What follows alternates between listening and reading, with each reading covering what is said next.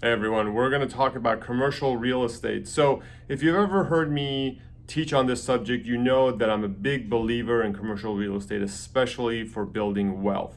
And there's a lot of advantages to owning your own commercial real estate for your practice if you're lucky enough to live in an area where you can actually get your hands on a commercial piece of real estate that's in your budget. So, we're going to talk about the advantages of owning, things to consider when you're purchasing a property, and then finally, the benefits and sometimes the drawbacks of having control over that property. So, what are the advantages of owning a piece of real estate? Well, it falls into a couple of categories. The first is you get some tax advantages. There's no doubt about that. You get to deduct things that you would not get to deduct. If you're just a tenant, you get to depreciate the property, and of course, over time, as you pay down the debt, you have something with some real equity. So there's those advantages. The second advantage is that instead of paying a landlord for 20, 30, 40 years sometimes, you are paying yourself.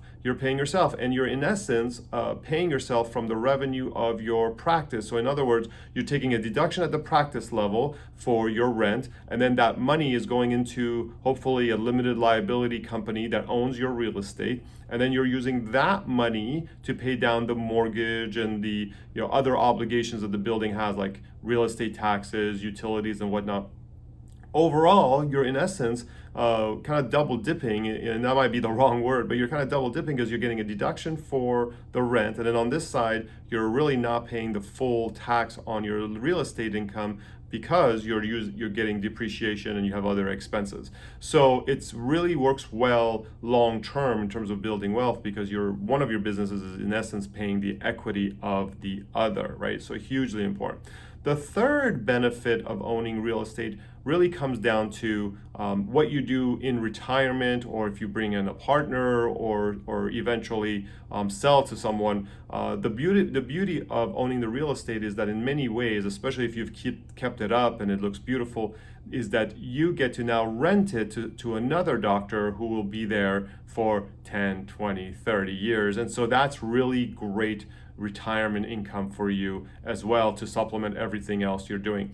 When we speak to the most successful doctors around the country, regardless of whether they're physicians, dentists, optometrists, veterinarians, they all tell us that the real estate side of the business is really where they've made a lot of their wealth for their families. Of course, the businesses are making and generating wealth as well, and so they're investing in themselves there, but more importantly, they're also investing in real estate, and that's helping. So hugely important there. Of course, there's going to be natural appreciation in real estate. Now, this is not necessarily true every single year, but when you look at the trend lines over 10, 20, 30, 40 years, there's really strong appreciation, in values for the real estate. So again, you get a lot of benefit there.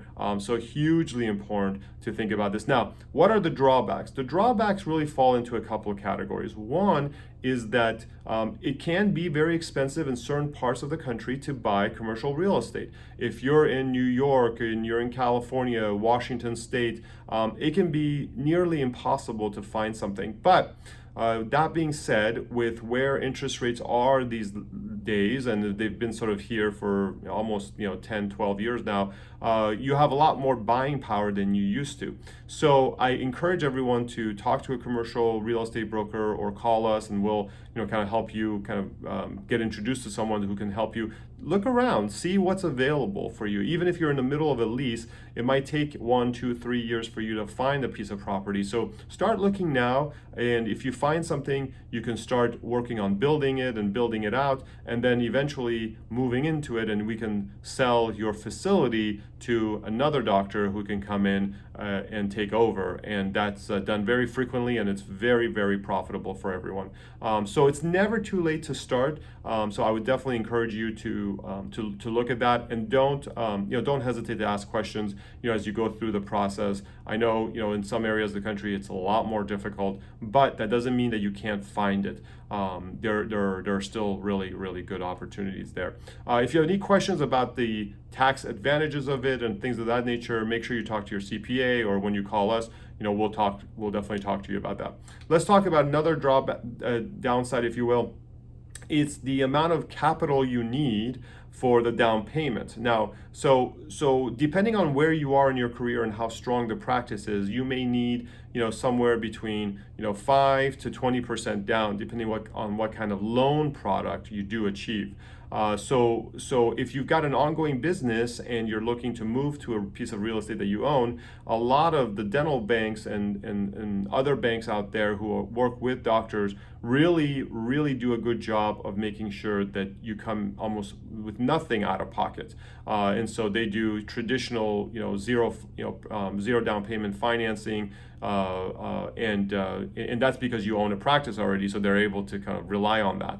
But that's conventional lending. Now, if you do SBA lending, which is probably necessary if the loan amount is much larger, then you will need to come in with 10% down, sometimes a little bit more, but you will need to do that. And so, getting to that point where you have that much in savings can be a drawback, but if you're a good saver and you're planning for this ahead of time, it shouldn't be a problem.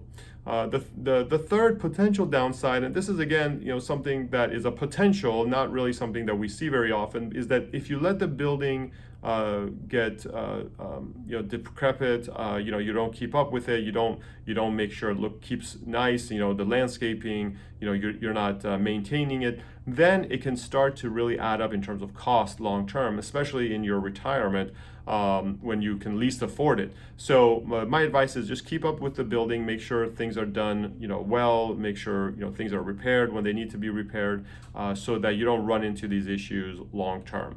But those are really it. Other than that, it's a really great investment. It's a hedge against the stock market. It's a hedge against inflation in many ways.